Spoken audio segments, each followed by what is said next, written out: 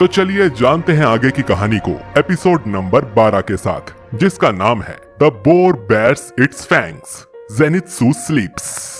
अब तक हमने देखा कि तांजीरो की मुलाकात जेनित्सु नाम के एक बहुत ही डरपोक डीमन स्लेयर से होती है। मुझसे शादी कर लो, मैं मरने वाला हूँ। रास्ते में उन्हें दो बच्चे मिलते हैं जिनके बड़े भाई को एक डीमन उठाकर अपने मेंशन में ले गया था। तांजीरो और जेनित्सु मेंशन के अंदर जाते हैं जहां उनका सामना ड्रम डीमन से होता है, मगर यहाँ उन दोनों को एक तीसरा अजनबी डीमन स्लेयर भी दिखता है जिसने एक बोर मास्क पहना हुआ था और इसके पास एक नहीं बल्कि दो निचरिन तलवारें थीं और वो ड्रम डीमन से लड़ना शुरू कर देता है, मगर डीमन अपनी ढपली बजाकर इस रूम को पलट देता है। बार बार कमरे की पोजीशन बदलने की वजह से तेरुको जमीन पर गिर जाती है और वो अजनबी डीमन स्लेयर खड़ा रहने के लिए अपने पैर तेरुको पर रख देता है। फिर वो जोर जोर से हंसना शुरू कर देता है और कहता है ये कमरा खुद को बदल सकता है, ये हुई ना कोई असली पावर्स। तेरुको दर्द से रोना शुरू कर देती है,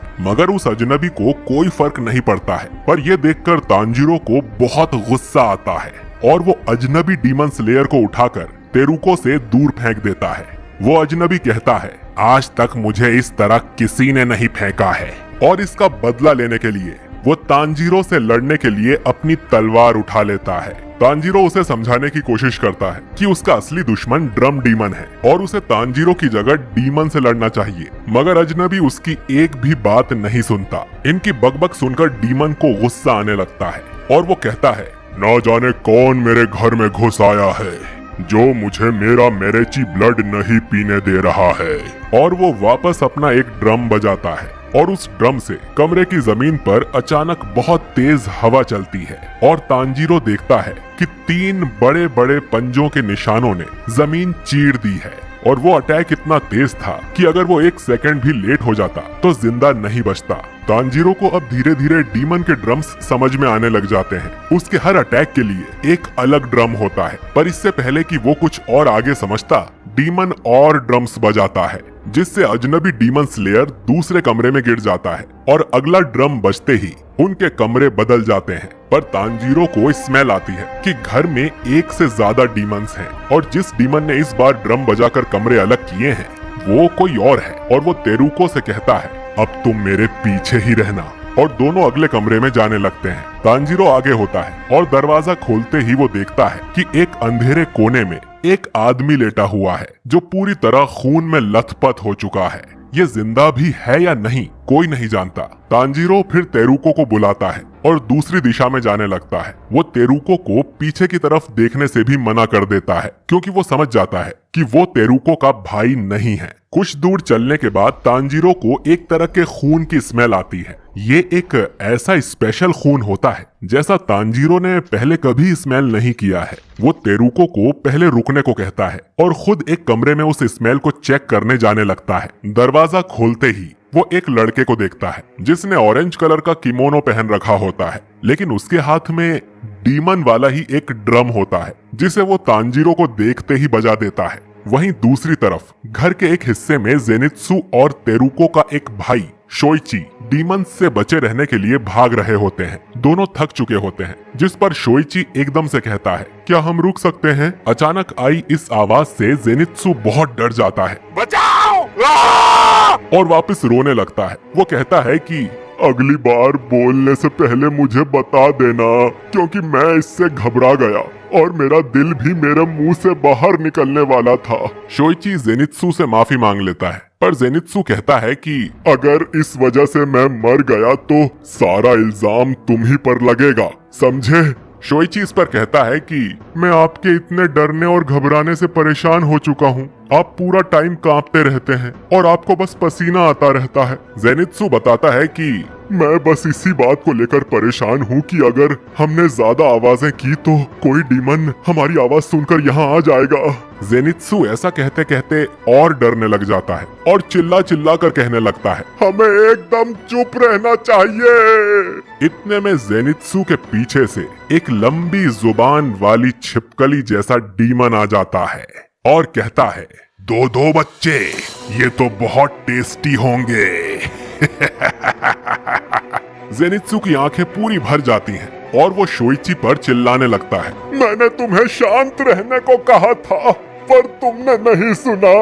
अब जेनित्सु और शोइची दोनों वहाँ से भागना शुरू कर देते हैं और वो लीजर्ड डीमन उन दोनों के पीछे लगा रहता है। जेनित्सु उसे कहता है कि मैं बिल्कुल टेस्टी नहीं हूँ, मुझे मत खाओ।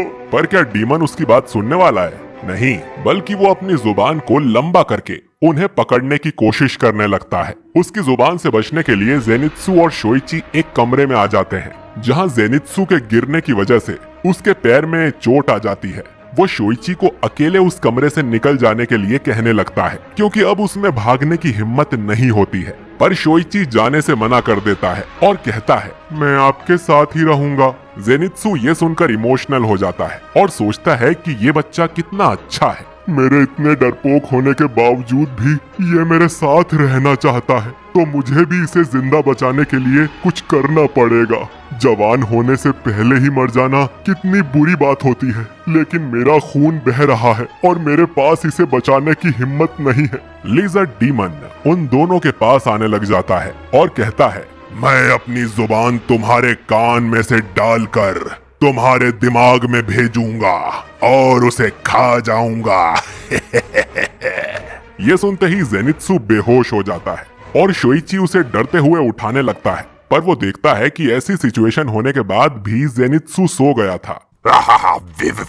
शोइची अब जिंदा बचने की सारी उम्मीदें छोड़ चुका होता है और लिजर्ड डीमन धीरे धीरे उसके पास आ रहा होता है। वो अपनी लंबी जुबान शोइची की तरफ बढ़ाता है, जिससे डर के शोइची बहुत जोर से जेनित्सु का नाम लेता है। जेनित्सु! अचानक जेनित्सु का हाथ थोड़ा सा हिलता है और तभी उस डीमन की जुबान कट जाती है। शोइची आंखें खोलता है और देखता है कि उसके सामने जेनित्सु तलवार लेकर खड़ा है और शोइची को अपने पीछे छुपा रहा है। फिर जेनित्सु एक गहरी सांस लेता है। डीमन भी शॉक हो जाता है और सोचता है कि ये म्यूजिक किसने चालू किया? और अब ये पहले जैसा नहीं रहा। जेनित्सु थंडर ब्रीदिंग का फर्स्ट फॉर्म थंडर क्लैप और फ्लैश इस्तेमाल करता है और अपनी तलवार निकालकर बिजली की तेजी से एक झटके में उस डीमन का गला काट देता है।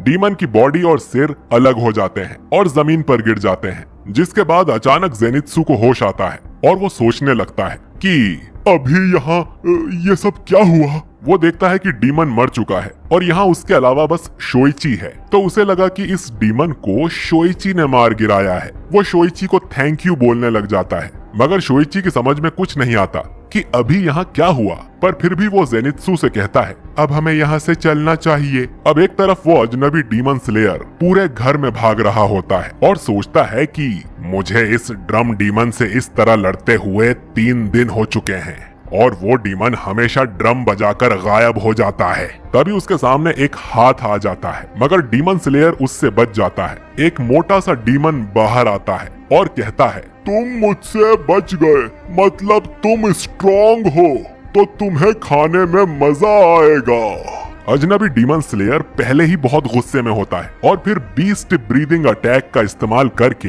पहले तो वो उस डीमन के दोनों हाथ काट देता है और इससे पहले कि डीमन रिकवर हो, वो उसका गला काट कर दोबारा भागना शुरू कर देता है। अब ड्रम डीमन भी घर में घूमता रहता है और सोचता है, जल्द ही मुझे मेरेची ब्लड पीना पड़ेगा।